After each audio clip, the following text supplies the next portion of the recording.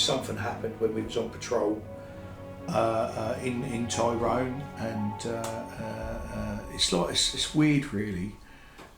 In my life it's a bit of a void, but I know what happened, and there isn't a day that I don't think about what happened, and genuinely.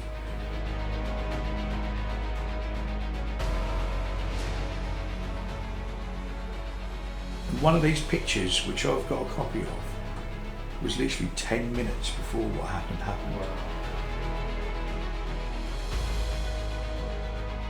And they took someone hostage and they put someone in a car. This is how crude it used to be, and they said, you drive to that camp, if you don't, we could kill your family.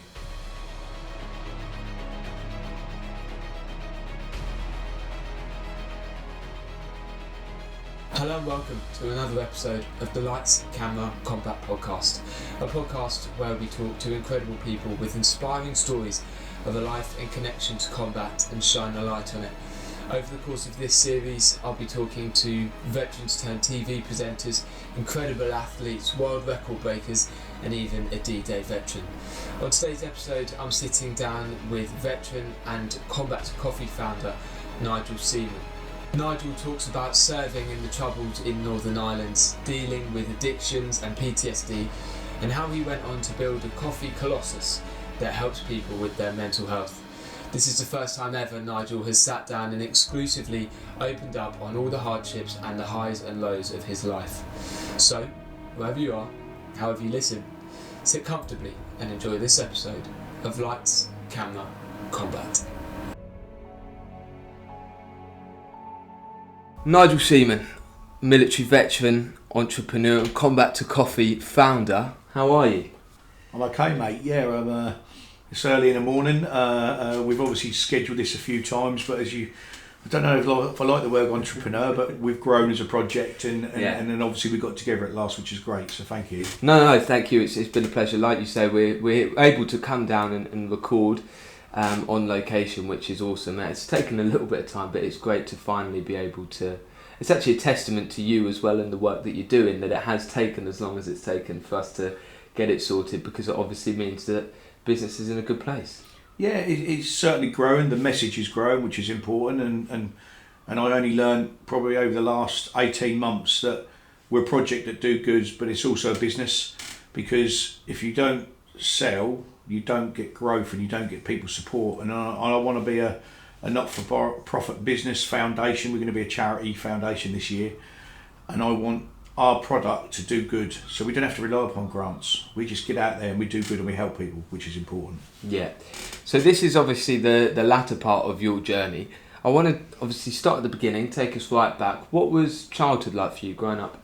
So I'm an Ipswich lad, born and bred. I come from I don't know if it's a notorious area. I come from Chantry Estate, and I'm very proud of my roots. I lived up that way now because I'm very humble to my beginnings, and yeah, I grew up, mum and dad split up when I was really young, but mum married and I had a stepfather who unfortunately passed away a couple of years ago. He was my stepdad, my dad for 45 years. So I come from quite a settled environment. I was a typical teenager who struggled. Adolescence was quite challenging for me. I remember that, but I was always a character, and I was known at school as a bit of a character, a bit of a joker. Mum was showing me a class report the other week about Nigel's a bit of a showman, but so I've always had a character. But Chantry's quite a challenging area. There's really what comes out of it. You come out of the school with a building qualification, you go into building, you join the military, or you go into prison, and I've done two of them, but on a professional basis, and I'm quite proud of that. And I laugh with people from school I see now, and I'm not saying I was dysfunctional, but I wasn't academic. But yeah, I being a kid is hard, and that's probably harder now than what it was then. But it was hard. Yeah. So where was the progression and the transition from coming out of that school period into finding yourself in the military? So I left school. I'd done a year at sixth form, and I decided to leave. Went to work at Tesco's as a in-store trainee, so training to be a manager one day of some capacity. And what I'd done is you went around all the departments. I worked in the bakery, the fish, the butchery, because it was a little bit more different back then. and genuinely, I always wanted to be a firefighter. That was my goal in life. I always wanted to be a firefighter since I met a fire crew at the age of 5, and I just had my first girlfriend, and we'd split up. And I gave her an ultimatum that you need to come back to me. Please come back to me. I was 17 and a half, and I said, if you don't come back, I want to join the RAF or something. That's what I said. She didn't come back, so I went to the RAF office genuinely to be a firefighter, and the aptitude test was done, but it was so long, the wait, and so I went round the corner to the army office and the army careers office, and I met a gentleman who I'm very good friends with now. He recruited me. But I wanted to be a military policeman as well. I thought I'd do something which has a checkable career when I come out. And this gentleman called Weasel, he is a weasel for what he'd done. He said, you join the Royal Anglians and you transfer. So I was 17 and a half, I'd done my test, I passed, and I thought, I'm going to go in the Royal Anglians and be a military policeman. It doesn't work like that. You go in the Royal Anglians and you pretty much stay, but you can transfer.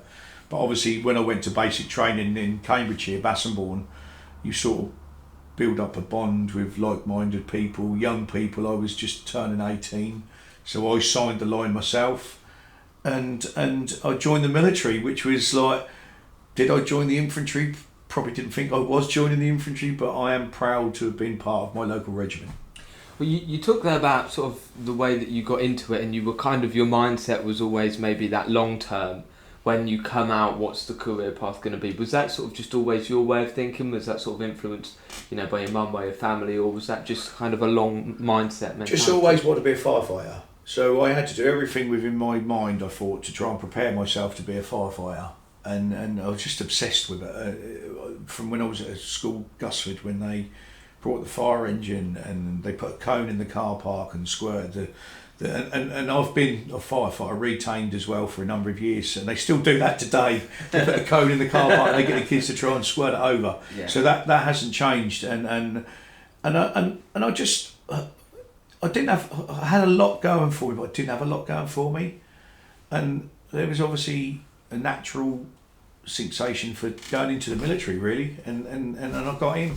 What was that training process like for you in Cambridgeshire? Bassingbourn was hard. It was an infantry training regiment, and I've got mates who were hard as nails at school, and they were, I'm not saying bullies, but they were the hard people of the year. They'd all tried to join the military and they never passed. And then there was me, like a bit of a showman, as that report from a bloke called Mr. Garner, and I passed out in training, which was completely different. And I was proud as punch. Like 18 years old, walking around Ipswich, Nigel Seaman, he's in the army, he's a soldier, which didn't happen. Mm-hmm. Do you know what I mean? And I was like, and I'm smiling here, I was chuffed to bits, and it was proper mad. Yeah, I can imagine. Why do you think that is then? That there's perhaps the people that on the outside might be perceived as the people that would make it in, and then maybe the people that you would think are on the outside, maybe through childhood, through growing up, more on the fringes, are the people maybe that then do thrive when they're in that environment? I think you always have, when you're at school, you always have people who are seen as hard men or hard people, and sort of, I'm not saying they run the school, but they're always, did you know such and such? He's going to have a fight with such and such. That's how it was in the 80s, and you were like, oh my God, that's going to be a bit mad. But and I wasn't, I was a bit of a non-entity, and as I was a character, and had a monobrow at 13 and stuff like that, and I just was just me. Yeah. And I even had an uncle who he still is an uncle, and when I joined the army, they were all taking bets how long I would last, and he'd been in the military back in the early 70s. He sort of one of the first people in Northern Ireland, and that sort of motivated me on. And I did have a wobble in training. A great uncle come and picked me up on a Sunday, and he said to me, Nigel, I want to take you back today, because I had a real wobble about week 9, 21 weeks training was. And he says, and if next week you don't like it, I'll pay for you to come out. Give it another week. And that was probably the best week of my military training, and I stuck at it. Yeah. And yeah, it was a different journey, but that sort of turned me into a man. Mm-hmm. You're learning how to care for yourself properly. You're there for your mates. What the military does in basic training still does it desensitises you a little bit, and it retrains your emotion, because you're there for your mate, you're there for your buddy, you're there to fight. And let's be realistic, and this is some of my journey now, I talk about this. Everyone who joins the military, whatever service, whatever role, are there to get on their belt buckle. And it's like the old 1917, go over the top of the trenches. They're all there to bear arms and defend their country. If some matter, it doesn't matter if you're a chef or a steward in the RAF or someone, you potentially have to hold a weapon and do what you've got to do to defend your country. And that is what they teach you. How much of that was on your mind going into it? Didn't have a clue. No. Didn't have a clue. I just thought, I'm joining the army. Right? I did not have a clue. I did not know that it was an honour. I'll never forget one of the rifle lessons. Rifle lesson number 1 was, it's an honour to bear arms, and obviously a privilege, and you're bearing arms on behalf of the king now, or the queen, blah blah blah, and them sort of things stick out, because there's a lot of issues we go, as you know, with gun crime and stuff like that. I was actually privileged to be trained correctly how to bear arms and use a weapon safely, not only for me but for others, and for the protection of others, which is quite important. And I think as you get older, you get a little bit more responsible, and you're not so resilient, because obviously we will talk about something happened to me in the military, and when you're younger you're more resilient. It's as I've got older is when I've struggled, and you realise, shit, how lucky was I? Excuse my language, is that alright? Yeah, it's fine. Yeah, you're fine.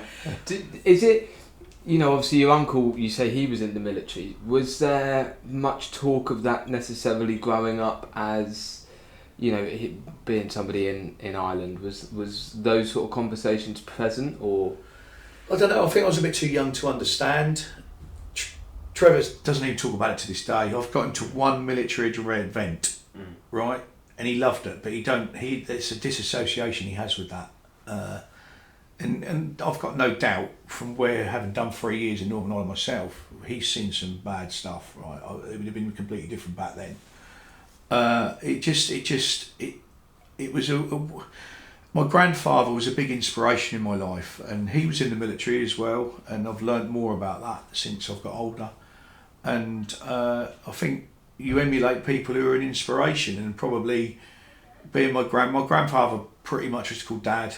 He brought me up as a young age when my mother and father departed or separated, and maybe that was an inspiration, maybe that was a motivation that just sowed a seed at a young age, that granddad was in the military. He talked about how he got shot and stuff like that, because it's quite cool when your granddad gets shot. You don't realise when you're a young kid, you know what I mean?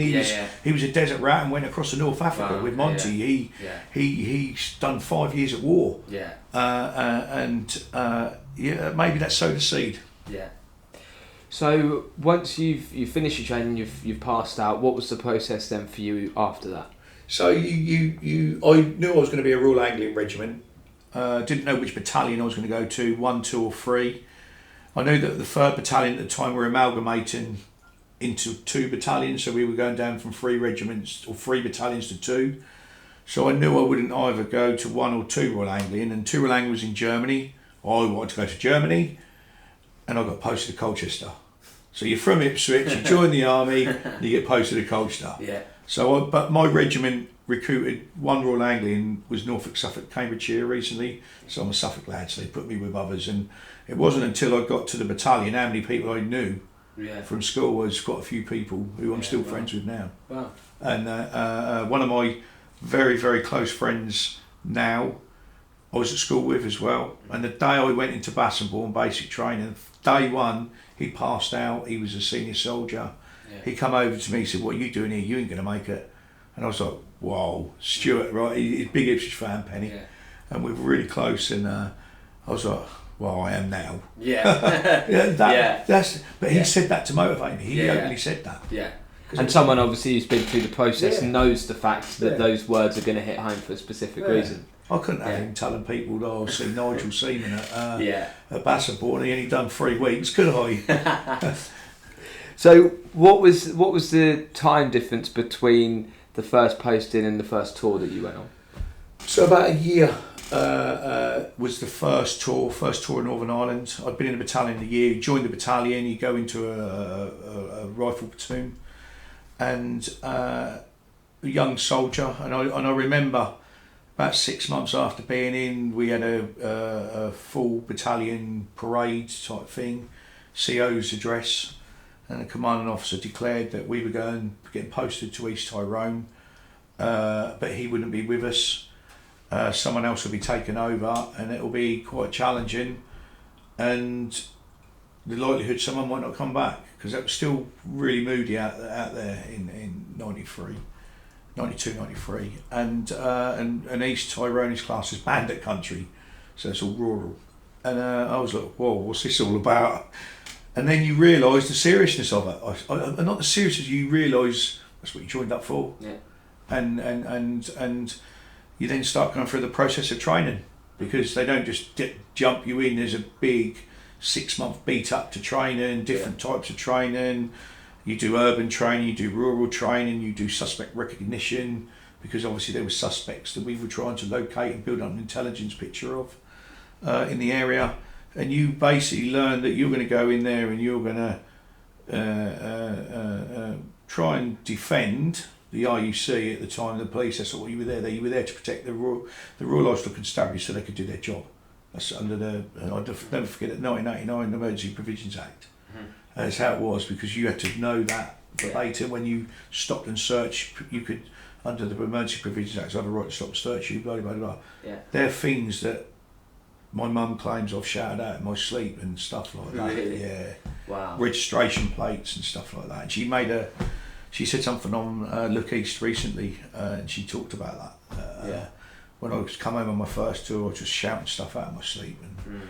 And that's where you ingrain stuff. Because what happened to me happened on that tour. So yeah, there's a part of my life that I'm not saying scarred, because I've grown with it and I'm growing with it. But there's a part of that tour which I will never forget. Daily, I never forget what happened. So before we dive sort of deeper into that, was there a fear going into that tour? Do you remember sort of just before you? Oh yeah, I went to Tyrone. I went to a place called Cookstown on Boxing Day. So I'd had a brilliant day at home with the family. Yeah. Flew from Bryce Norton to Aldergrove on a Herc. Never flown in my life. I was on a Herc, and then they Chinooked you in, and then you had to walk from the police station to the camp, and not walk. You're on patrol, obviously. Yeah. And we didn't even have ammo. Because they had like 12 people escorting you, but they were the ones armed because we were coming over, right? Yeah. And then you're in. Within an hour, you issued your ammo. You're in your accommodation, and then you're briefed on what goes on. And then within 24 hours, New Year's Eve. So what were there 3 days? We had I was on QRF, and we had a bomb delivered to the camp. Yeah. For people that might not know, QRF. Quick Reaction Force, basically. You're there as if anything goes down, you're there to get on the ground, boots on the ground, and control the area, cordon the area off, blah, blah, blah, react to something. Yeah. And we had what's called a proxy bomb, so it was a car with a bomb in it, delivered to the camp, and they took someone hostage and they put someone in a car. This is how crude it used to be, and they said, you drive to that camp, if you don't, we could kill your family. And this bomb was delivered to, I'll never forget, I was eating some prawn crocodile crisps in the naffy, and the mortar alarm went off, or the alarm went off, and was like, shit. And because I was on QRF, I was not near my kit, so I ran to the accommodation, put me vest on and my helmet and jacket, got kitted up, and literally within 2 minutes the QRF was deployed. So we were at the back gate, and we had to run patrol run, hard target as it was called, about probably 2 miles to get to outside the camp. Wow. To put a cordon in, because you can't go in line of sight of the device. And we got there and we cordoned off the area, and then it's a waiting game until ATO, which are the bomb disposal, blow the car up. Yeah. And that was like within 3 days, and I thought, wow, what am I in? Yeah. So the next patrol, when you go out the gate, you always used to hard target, so you don't, if it's a sniper, that you don't become, it's harder to snipe because you're zigzagging. I hard targeted as fast as I could out of that gate, because then the realism hit.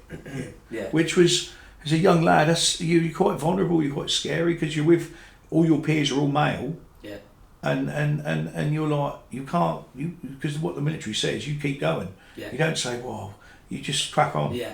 So how old exactly were you at this point? I just turned 19. Okay. Just turned 19. Yeah. So my training I was 18 and a half, and I just turned 19. So I was young. Yeah, very young. So I mean, like, that's 2 years younger than me now. So you know, it's that concept is weird. So talk to me then about the injury. What happened? The day, the mission, sort of all you remember with that. I won't go into the specifics because that'll be hard work. But something happened when we was on patrol in Tyrone, and it's weird, really. In my life, it's a bit of a void, but I know what happened, and there isn't a day that I don't think about what happened, and genuinely. And then it was only about 18 months ago. I had a girlfriend, lighten up a bit, but I had a girlfriend at the time, and she'd done a photo album of me on my first tour, blah blah blah blah, and my mouth's gone really dry, probably because of what we're talking about, and I sent her a load of photo homes as things happened, and then about 18 months ago she came down to here, and she said, look, I brought some pictures to show you from this album. Wow. And one of these pictures, which I've got a copy of, was literally 10 minutes before what happened. Wow. And that was like, I could remember when it was taken, how it was taken, who took it. It was on a patrol camera, and it was black and white. So when they get processed, you get given them back, and they're processed in camp by some people. That's how you get them. And I was like, shit. And I got a friend who also, she was there at the same time. She got shot 4 times in Belfast. Wow. Ex-military police officer, really good friend of mine, and she's getting involved with the project. And she got shot twice in the face, and she survived. Someone who's overcome adversity, Caroline Beasley, her name is. That's someone you should meet. And that night I phoned up, I said, I need to speak to you, Caroline, because she knew what happened to me. And she said to me, I said to her about this photo, she said, how did it feel? I said, weird, I can remember everything. She said, I will. Because your mind's photographic memory is very clever. Yeah. But it's boxed it off and encased it, but it just constantly reminds me. Yeah. But then that picture took me back to that moment. Yeah. Which is quite hard, and I have saved that picture on my phone. Mm-hmm. Jeanette wanted to keep the album, because you can keep it, and she gave me some other pictures from family back then, and so on, and I've got a picture of that on my phone, and I'll show you later. I can happily do that. But the thing is, when you're younger, things happen. You're a lot more resilient. Yeah. And you don't realise the potential. What if? Yeah. I think that's what if. Yes. Yeah. And you just have to crack on, because that's what I'm talking about. The desensitisers you in the military. What it does is that you have to keep going for your peers and your regiment, your cap badge, the Queen, bloody at the time, bloody blah blah. And in hindsight, if that had been today's world, I'd have stopped there and then. Yeah. And but you don't. And I injured my ankle out there, and all I used to do was just wrap it up with zinc oxide tape and bandage it up every time I go on patrol. My ligaments were shot; they were shot to bits. Was that the incident? That was part of where I was. That time, and but you crack on. And for 3 months, I used tape every day on my ankle. Used what was called a figure of 8 stirrup bandage, because I couldn't go home because I'm letting my mates down. Yeah. And then fortunately, when I come home, I had to have an operation, and Mum worked for Ipswich Town Football Club, and she was under private healthcare. The military were going to take a year to do it. Ipswich Town paid for it within 2 weeks. Oh, yeah. But that, what it was, the incident I was involved in, because it was in a rural environment, obviously undulating ground, so when you've done your ankle in, that's the worst thing you need to be walking on, so constantly, daily. Yeah. That was for me. But the main incident was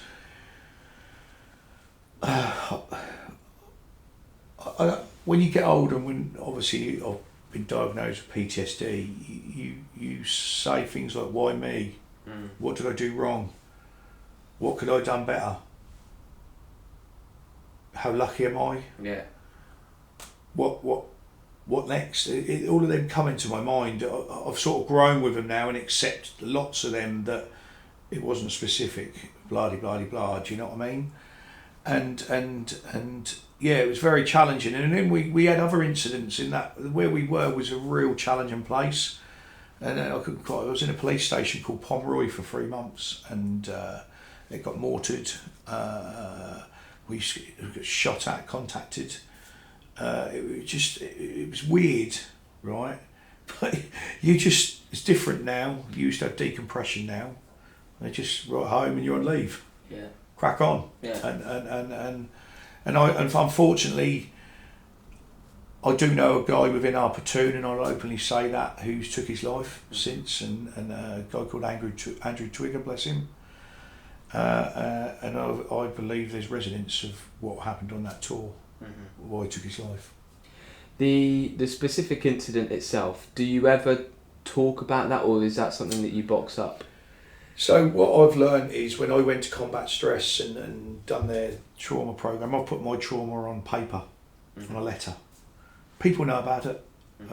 Obviously my parents, very close military friends know about it, because people go, well, what's happened? And they know, and they're like, shit, some of them, right? Yeah. And it is on a letter, and I will rip that up one day. Yeah. I'm not going to get rid of it, I'll rip it up, and there is a tear in that. Yeah. And but I have to, it will come out. It will come out in the public domain, 100%, because it will come out to help others. Yeah. Right, I'm very sure about that. I did speak to a lady who has wrote it into a story. I've not seen it, and she's promised me she's going to get it back. I reached out to her recently and asked for it. She used to work for the Daily Mirror, and she was going to try and get it published. And I made that commitment because it'll only help me, I think, but help others.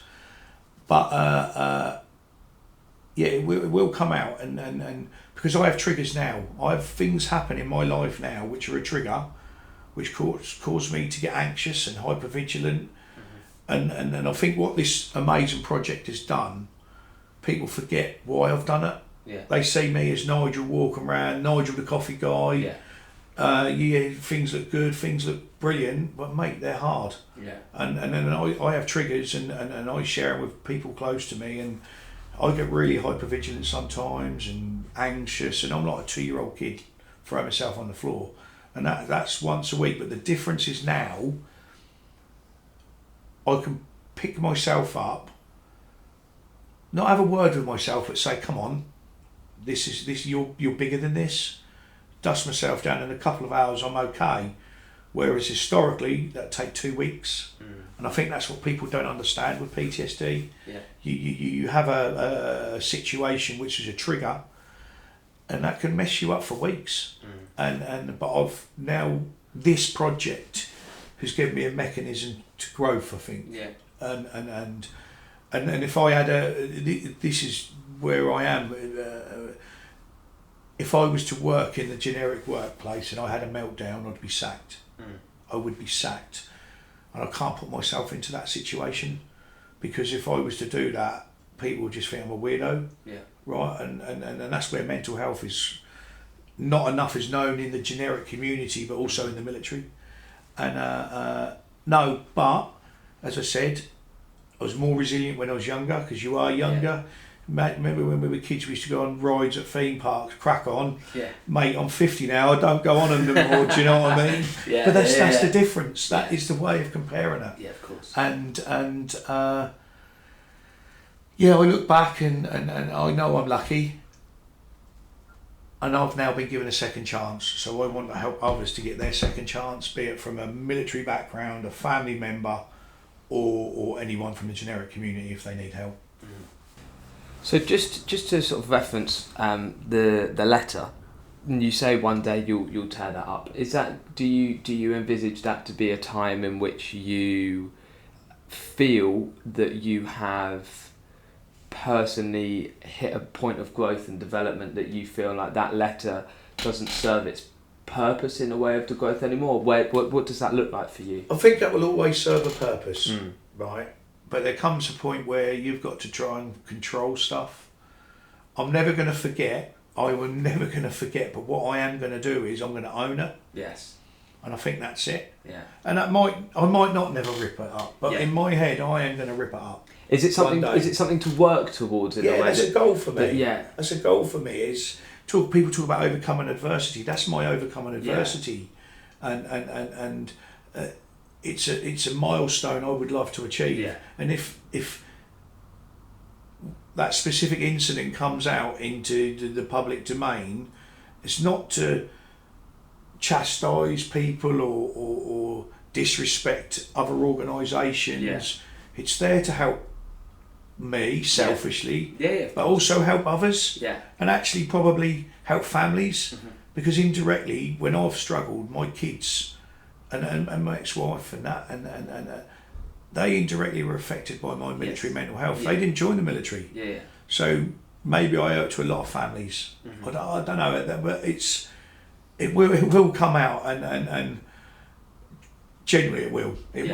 That's my goal. Yeah. That's not to, as I said, it's just I need to do that for my own growth. Yeah. And so you obviously you view that as something to maybe, as you say, once you hit that point, you own that. Then you've taken control over I'm the owning situation. it now. Yeah. The Combat to Coffee has helped me own Massively. that. Yeah. Combat to Coffee's helped me grow as an individual. I've probably found myself for the first time in my life. We talk about when I was a kid at school being cheeky and stuff like that, but I am Nigel now. Yes. And I'm straight down the line. Yeah. To some are Marmite. Yeah. And if you don't like it, then sorry, I'm Yeah. not going to change myself.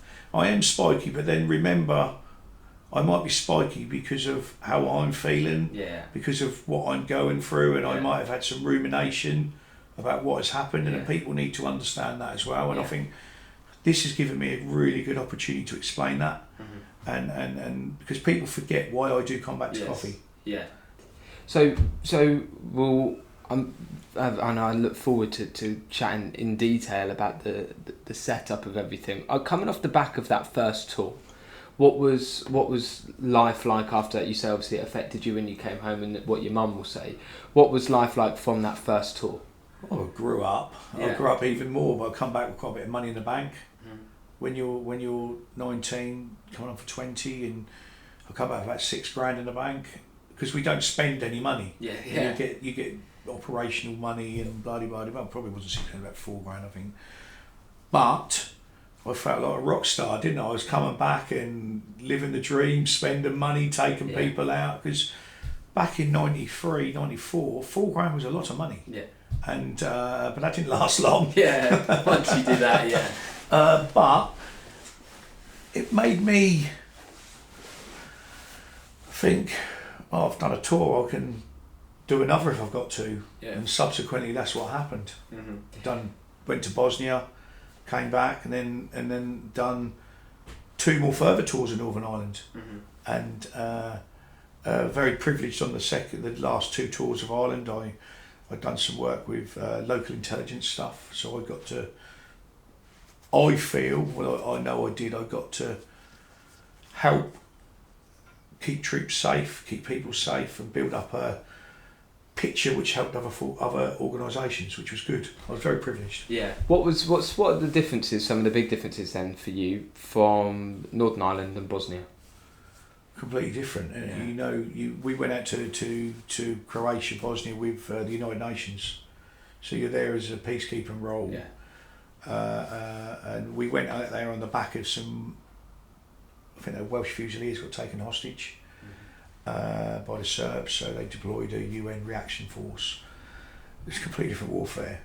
We were being taught bayonet fighting in Croatia, real bayonet, and I'll never forget a geezer from Norwich, Andrew Buckles was his name, doing the bayonet fighting, because it's real aggressive training. He stabbed himself in his calf, not intentionally, because when you sort of low port the rifle, that's what it's called, the bayonet went into his calf, and you're training for war. It's war fighting.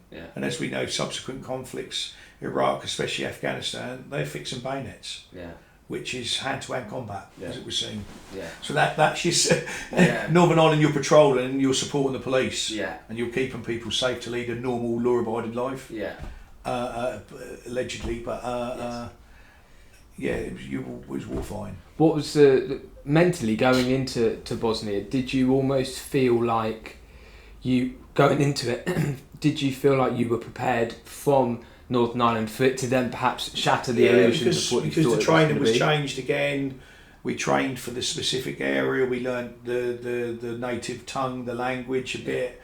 You were prepared, but what we were told is we were going there as UN, and if these hostages weren't released, we took our own berries, because it could change fact, and it could have been that we were out there to get on your belt buckle and do some good.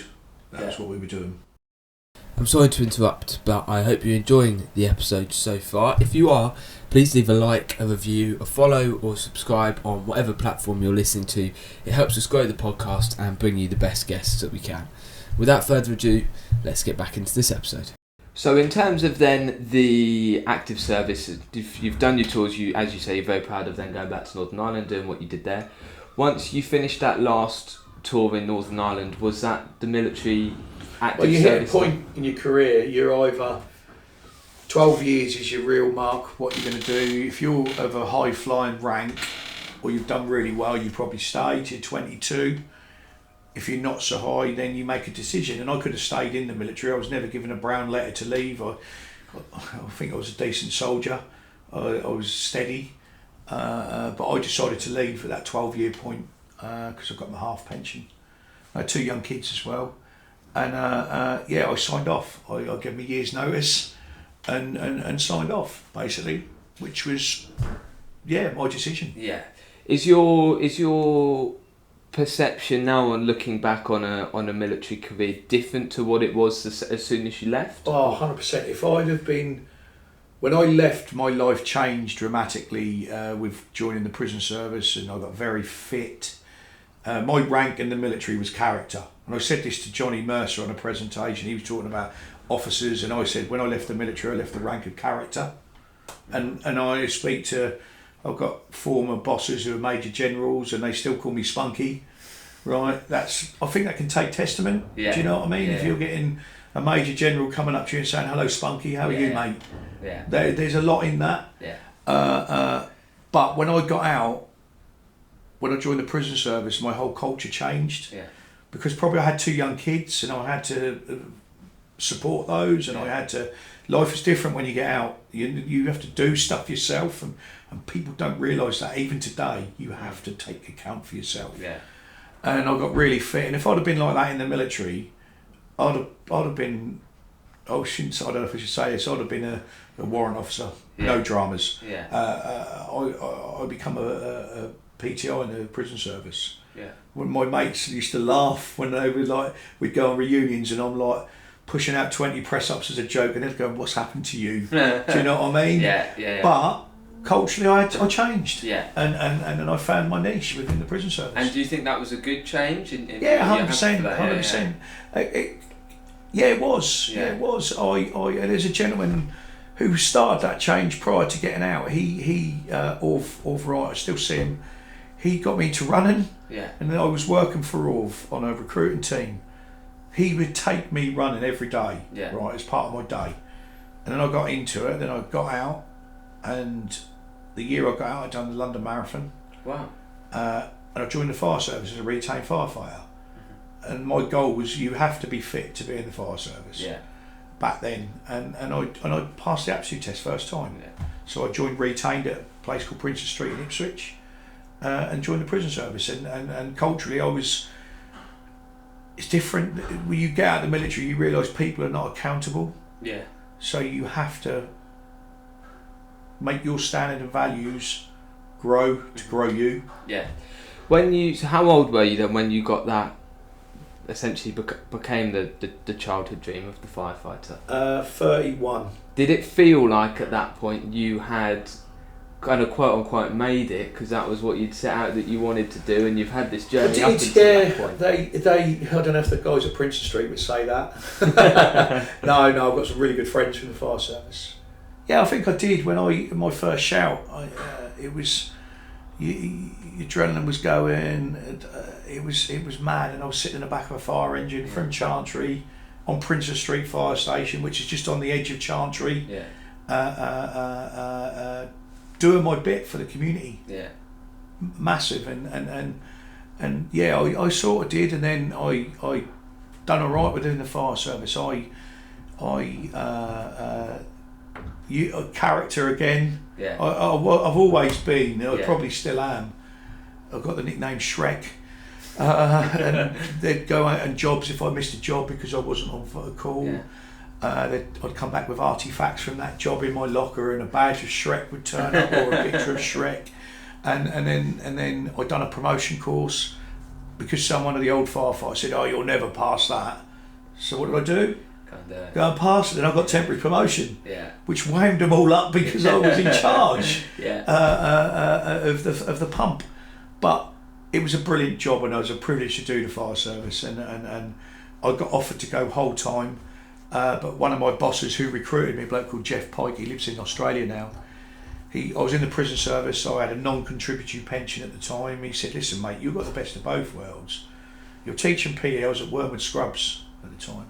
You're teaching PE, you're training all day, you come home, you put your pager on, you get a bit of action when there's something happen, you're doing something good in the community, and you want to change from that to pay 15% pension." Yeah.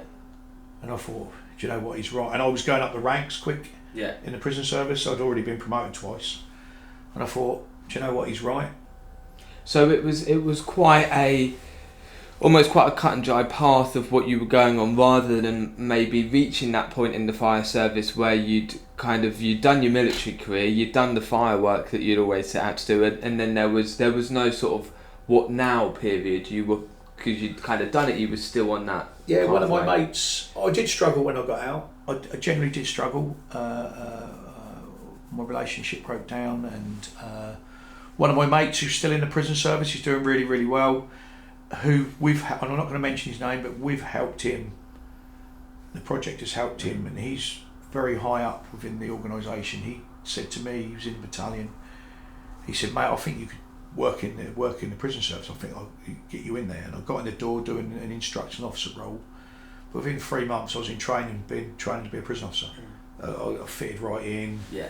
And it was very good because it was very military-like, it's very military-esque. Yes. Regimented, timings, everything was done on timings. And I worked at Warren Hill, which was juvenile, so I was looking after juvenile offenders at the time. And it was a good job, and it fitted really well with the fire service. It got harder when I got to London, but I still continued. But there was a point I left, and I continued my career because I had to make that decision. Mm-hmm. But they both worked really, really well, and I have some very good friends from both organisations still. Mm-hmm. So obviously you've mentioned that you were diagnosed with PTSD. How did that come about? And it was through opportunities. I don't know. I'd done just over 12 years in the prison service, or just getting up to. Played rugby locally, played rugby for the national prison team, and I had quite a serious shoulder injury, and I had to have an operation, and it was decided that really I needed a replacement, and I was 41, and to have a shoulder replacement at 41 is quite young, but I wanted quality of life and wanted to do things then rather than wait until I was 55 and couldn't use my arm. And the hospital in London, Royal National Orthopaedic, agreed to do it, and I was 41 as I said, and I went and had this shoulder replacement in the September. My real father unexpectedly passed away in the November, and then I was offered retirement from the prison service. I was offered two things. I was offered to go non-operational to head office because of this replacement. It's a bit of a risk. They don't want to manage that risk, or take retirement. And because I'd commuted my military pension into the prison service, I thought, you know what, I'll take retirement. I'll have a lump sum.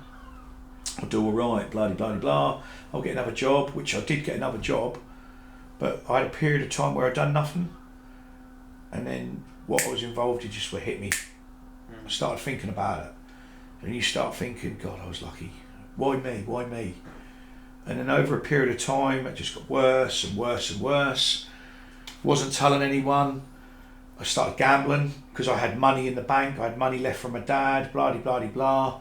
So what I would do is I'd suppress my emotion to go and gamble. And there's times I could win 6-7 grand. But there's times I lost 6-7 grand. So you can imagine what my moods were like. When you win, everything's great. But when you lose, compounding what I was thinking about and losing a lot of money, you felt really shit. And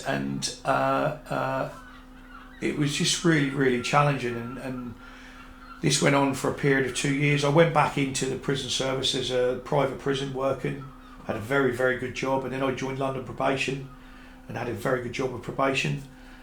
But that was just a mask, because what I was feeling daily was really bad. And it was still there.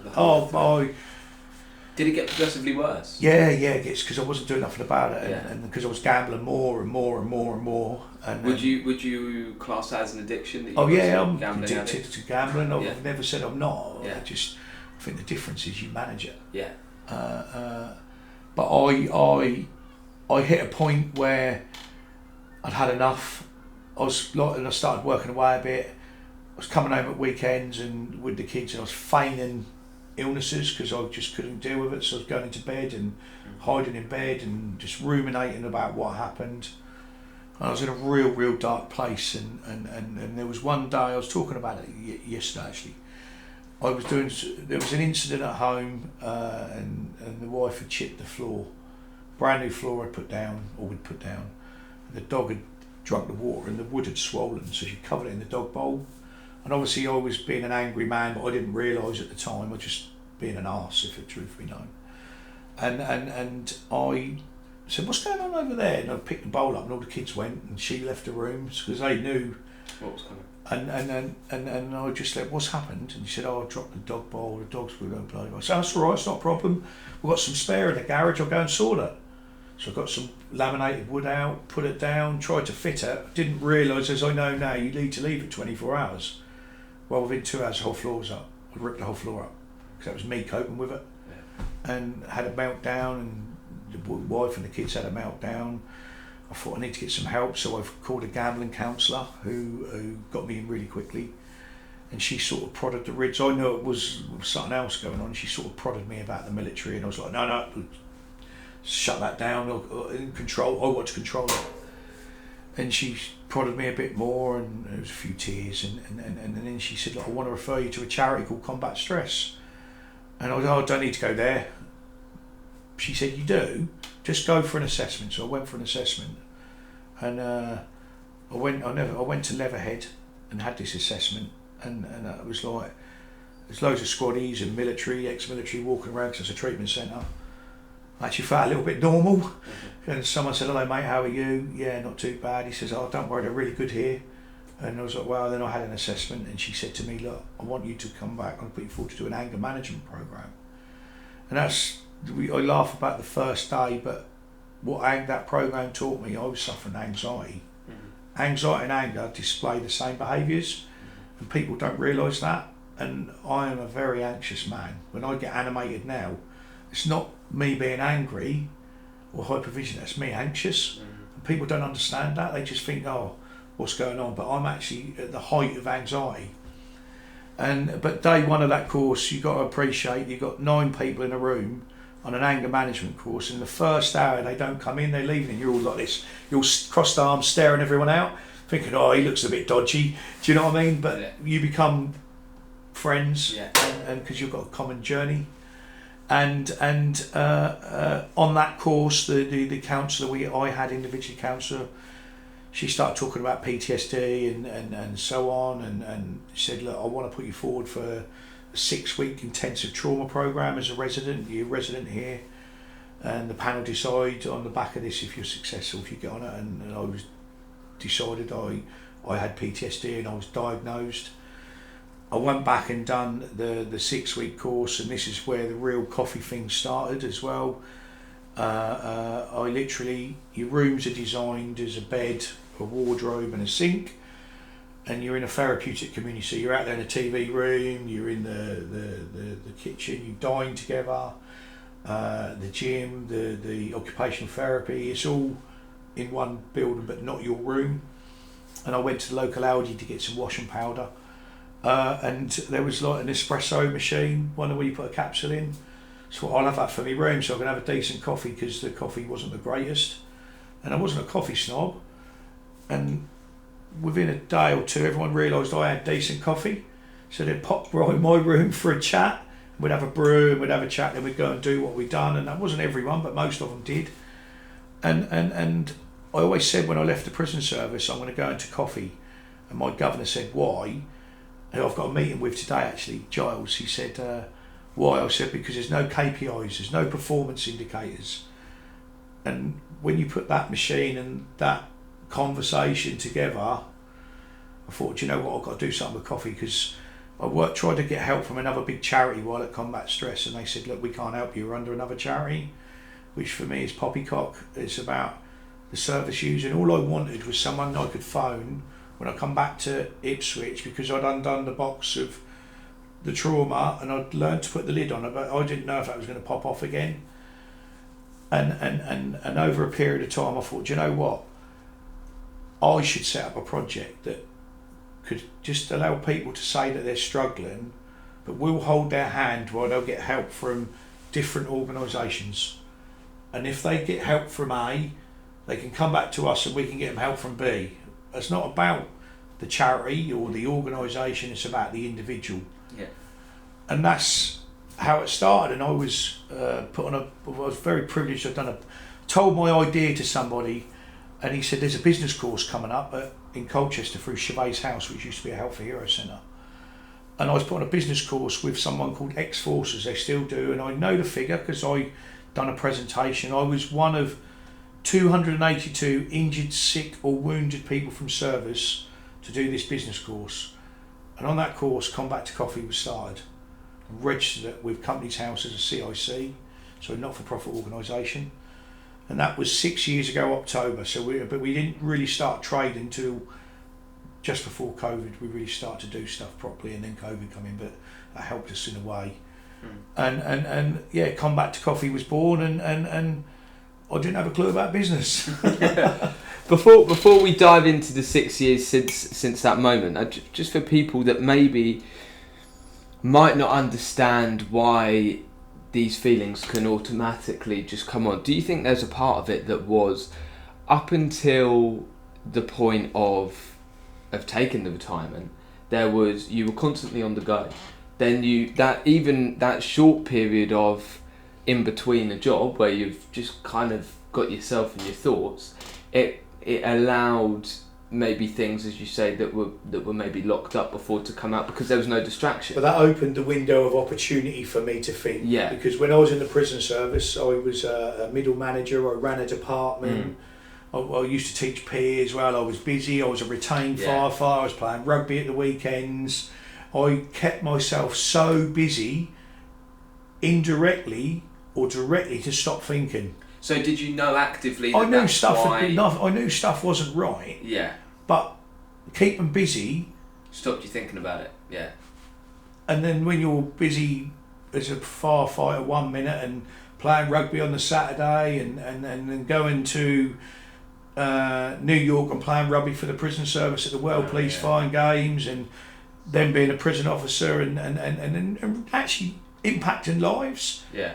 You suppress your emotion, you suppress your feeling. Remember what I said about the military said you can't say nothing, you got to keep going, got to keep going. So that allowed me to keep going until I stopped. Yeah.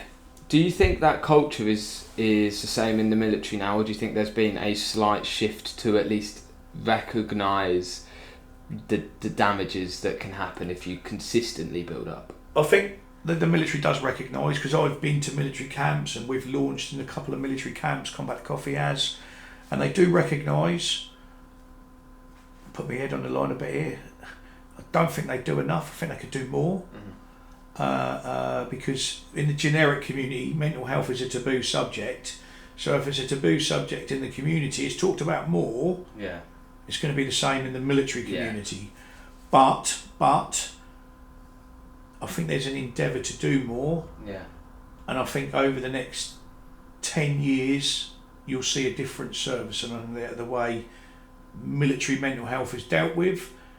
And I think you'll also see a different way that resettlement is dealt with, because that transition from the military to civistry, you don't really get prepared. Yes. And I think that's where problems arise for people. And I was lucky that I got into the prison service after a few problems started, which gave me accountability. Yeah. That's the important thing. And as somebody who, you know, has, militarily speaking, a physical injury from time in the military, and also mental injuries, do you think there is a difference between the way that they treat and support physical compared to... 100%, you can see physical. Yeah. And I'll give you an example yesterday. So I've got a physical and a mental injury. And I went to visit a well-known company in Suffolk, and I parked in a disabled space and I had trousers on, and the guy said to me, "Can't park here, mate." I said, "Sorry?" He said, "You can't park here." And he was working for a national company. I said, "Yes, I can." He said, "No, you can't."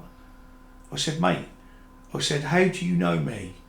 And he went, "Well, you can't park the disabled." I said, "Well, one, my leg, and two, how do you know I haven't got mental scars?" Yeah. And he seen my leg, he went, "Shit." And I went, and I knew his boss. I was just serving his boss in the military. I said, "Oh, I'm going to say such and such." And I thought, no, just calm down. But I educated him a bit as well. We then had a 5-minute conversation and I educated him. And mental scars in life. How many people carry scars? And people say to me about military mental health, "Oh, my PTSD isn't as bad as yours because yours in the military." That's rubbish. That's in the individual. So you might have fell over and broke your arm, and that's caused you significant trauma. That's no different to mine. It's in you. It's how you perceive it. And I think people need to remember that as well. Do you know what I mean? Just because my journey's different, every journey's unique. Yeah. All right, so let's move into the last 6 years, as you say, since the business started. You started it there on that business course. Where did the name come from? Did you just... They talk about taglines and elevator pitches on this business course. And bearing in mind I'm ex-infantry, so keep it simple, stupid is an acronym in the military KISS. It's that simple, isn't it? Combat to coffee. Yeah. A little bit in between. Yeah. But it's combat to coffee. So you obviously said that you had been inspired in a sense by this nature, that just sitting there and having a conversation with somebody over a cup of coffee was a way of almost just guards down. What were the first steps to really kind of getting it up and running? So obviously tea, hot chocolate, any of them drinks is all applicable as having a drink. Yeah. But you come back to hot chocolate doesn't sound as effective, does Yeah. it? Well, how it started, obviously bearing in mind I'd come out of combat stress and my mother was worried about me and my stepfather worried about Tammy and family were. I said to Mum, "I want to do this project," and she's like, "Oh no, Jill, no.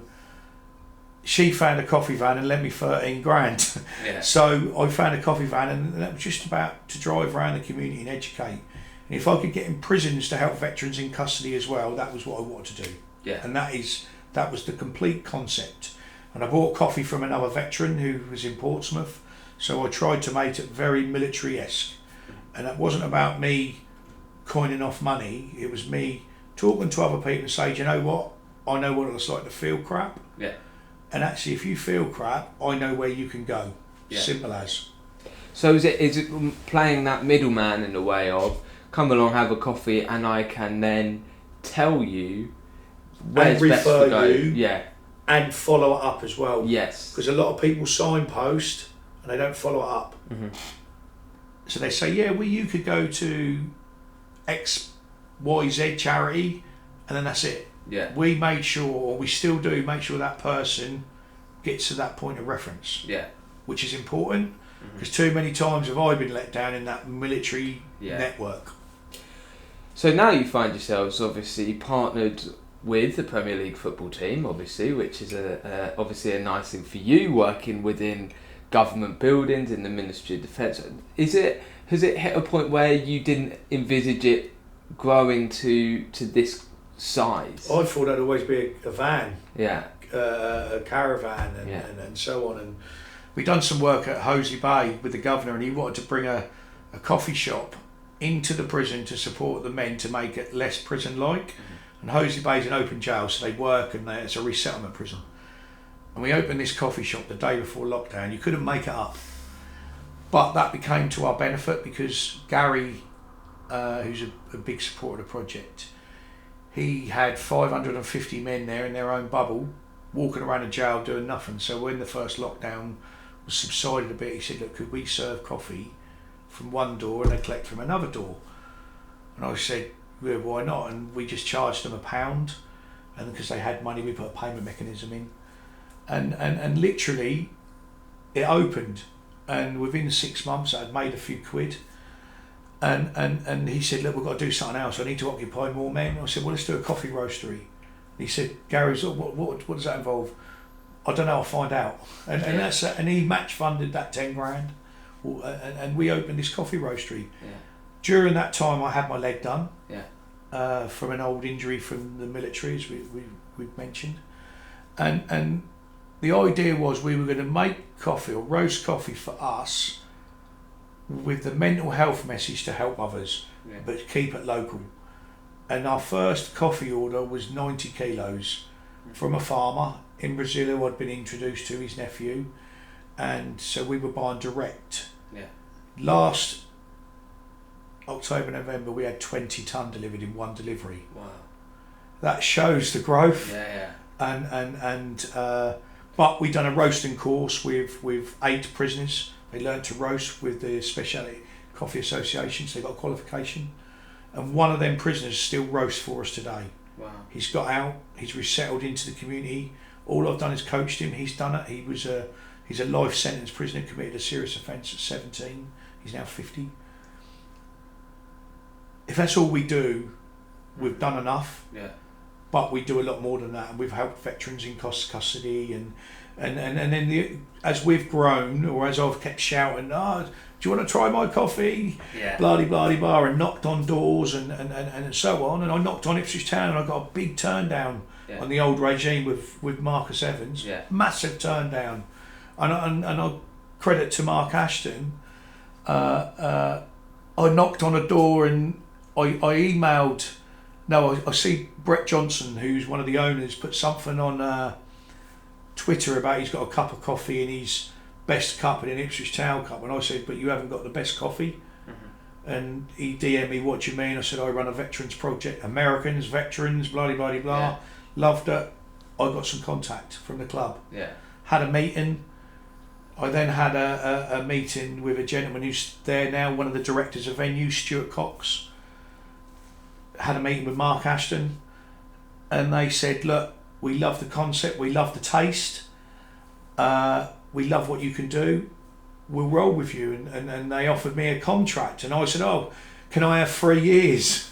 Right? Yeah. And Stuart said, well, this is a 5-year plan, surely you want a 5-year? Yeah, I'll have a 5-year contract. Yeah. So I'm now in year 3. Yeah. And I thank him, I thank the club. Yeah. Right? And I know people get criticism at the club, and I know Mr. Ashton gets criticism at the club because he's a businessman. Yeah. But his intentions are very honourable. Yeah. And he supported me in lots of other stuff. Yeah. And I got my pro contract. Boy from Chantry got his contract to be the coffee supplier for Ipswich Town, and you can see my face change, and I'm very humble to that, and I'm very privileged I get to see players, and I've sold a couple of coffee machines to players. I have contact with some of them because of coffee. Yeah. We supply the club their own unique coffee. Mm-hmm. No one else gets that. Yeah. Very high spec graded coffee called Butcher's Blend, because our patron, as you know, is Terry Butcher, who's obviously a former Ipswich player and had his own journey with grief from his son passing away through military mental health. I've knocked on that Ipswich door, and I'm a season ticket holder. I've been a season ticket holder for years. Yeah. So when I've seen Combat the Coffee flag up on the scoreboard, you can imagine or I'm being interviewed on the pitch on Remembrance, or they believe in what I do with medals to matches. Yeah. Right. That's amazing. I can't explain it. Yeah. Do you know what I mean? Very privileged. Yeah. You mentioned medals to matches there. What's that? So I had this idea. One of my ideas 3 years ago. Dan Palfrey, who's the head of foundation, supported it. He was running a fan zone at the time. Medals to Matches was about taking veterans to football who may not go because they've got their own struggles, or getting people who are military on the Saturday game before to wear their medals, because then that creates conversation. What were you in? What did you do? And if there's someone says, I was in the military, what was you in? Such and such. Did you do any tours? Yeah, and I'm from. When you got your medals? Oh, I'm struggling, mate. Bang, you can then get them help. Yeah. And military veterans help veterans. Yeah. Right? And that was the idea. So year 1 we got given 30 tickets and that went really well. Year 2 we got 100 tickets. Brilliant day, and it was a very structured day. And I was in the fan zone talking on the stage with Russell Osman, bloody. We all wore a hoodie made by Hoax, which has medals to matches. Yeah. Come back to coffee with the poppy and the Ipswich badge. Yeah. It's my aim to get them on sale next year. I've got to do it earlier, rather than keep, we're doing medals to matches in September. Yeah. This is the time I start doing it. But everyone looked the part, then people bought hoodies, and it became a community. This year went to the extremes. So Terry came last year, loved it. That's when he said, I asked him to be our patron, and he's agreed. And Russell came, because Russell was Chris's godfather.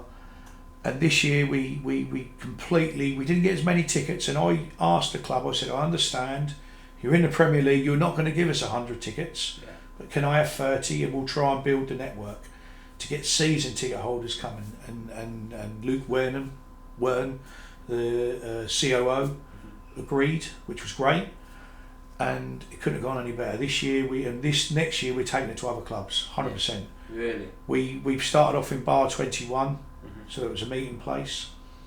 Everyone gets their hoodies. People would join us with season ticket holders buying hoodies, blah. At 12 o'clock we'd done an act of remembrance, and we had a few former army vet, or former veteran, or a veteran, former military personnel play last post. You could hear a pin drop in Bar 21, and then we had 4 pipers turn up, and they'd done their equivalent of Rivali. And I'm telling you now, there's some notorious Ipswich fans, if you were to have them in that, who weren't dry in the place. And then we got a guy to put a reef on a hook in there who had just joined the military. And then indirectly we were getting everyone. I want everyone at the fan zone for 20 to 2 because there's timings. Terry and Russell were going to go and talk about medals to matches in the game, and that's how Terry's grown, because he didn't do it before. He wouldn't do it before. And the pipers said, "Well, we'll march you." So we had 4 pipers, and then there's videos out there. We're all in lines. There's like 80 people marching to the football ground, indirectly playing by bagpipes. Yeah. When you went past the curve bar, which was rammed, everyone was cheering, and Blue Army, and the police stopped the traffic. Yeah. And we went to the football ground, and that could not have gone any better. And then the pipes played in the fan zone. Yeah. And I think next year it could be bigger, and I want other clubs involved. But it's all about mental health. Yeah. Do you think, you say about sort of other clubs involved, do you think that it's actually, football sort of maybe traditionally has been there's a lot of men that will go to the football, and it's sort of part ritualistic as a Saturday. Do you think that therefore there is a market for other clubs to get involved? Obviously now Ipswich are a Premier League team, you've got that Premier League exposure, for other teams to catch on to it, and it is an opportunity for you to get guys that maybe already go to the football but don't talk about it. And that's where I want to be. Can you imagine, we have this same hoodie done, and Jason at Hoax will do it. He comes with us, he loves it. Obviously we give one to Mr. Sheeran. He may wear it one day, but he's got one. Terry wears his all the time. Yeah. The vision is that we maybe do it at 3 or 4 other clubs. Yeah. They have the same hoodie, but we try and find a representative to coordinate it at the other club, who may be military, and that would be very easy to do, because most football clubs or foundations have a veterans coffee morning now. And I started that up in Ipswich, and with the foundation, and we were doing this. That's banging. That's brilliant. But if they do the same message, it will get natural, organic growth. Yeah. And it's like this weekend, next weekend, we've been asked to be part of March of the Day 2 Yes. for Marcus Stewart. Yes. So we're doing the whole route with the coffee van. Nice. So they've got, and there's 50 plus pros doing that, ex-pros. And then that will only, if I start mentioning medals to matches and we'll put pictures on the screen on the van, hopefully other clubs will get involved. Yeah. And it's only going to be a good thing. And it's about remembering. Most veterans only wear their medals on Remembrance Sunday or a funeral, right? And actually, why don't we educate people at a football match and actually say, yeah, things are hard and you're allowed to struggle. That's what this is all about. Yeah. And it's been great. And Terry talks about it. Talks about the we have a beer after. My beer's after the game when everyone goes their own way. I think Ipswich have bought into my message. Yeah. They do support me. Of course, I want them to do more. Why wouldn't I? Yeah, of course, yeah. Let's be realistic. I've always can we have Combat the Coffee on the shirt for one game? Yeah. And then what Mark Ashley explained, we can't just do that. Yeah. He said because it all has to be done through the league. Blah Yeah. blah blah blah. And I took that on board. Yeah. Do you know what I mean? Yeah. But of course, I've got visions. Yeah. Of course, I'm proud to be associated Yeah. with Ipswich Town Football Club, and, Yeah. and whatever happens this season, I'll be proud next season. Yeah. And we'll continue the drive, we'll continue the message, and we'll continue. They be Premier League or not, but they will continue to drive their message to get into the Premier League if they're not, which is important. Yeah, 100%. Before we wrap up, have you, in your time in serving, have you lost friends that you were with, or? Yeah, I have lost friends. I've lost friends through military action. I've also lost friends through suicide. So yeah, and it's very hard to explain things. When I was at my darkest, I was on my arse.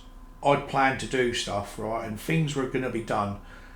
And there was only one incident where my daughter turned up to my house, which changed my day and changed my outlook. And if that hadn't happened, I wouldn't have been here. If I hadn't done certain things, I genuinely would not have been here. I've lost a couple of friends through suicide, military friends, and I've lost a very good friend I've done 2 tours in Northern Ireland with. He got shot in Afghan, and Alex Guy, good friend of mine, he wasn't, and passed away. And I've also got friends who are scarred from service.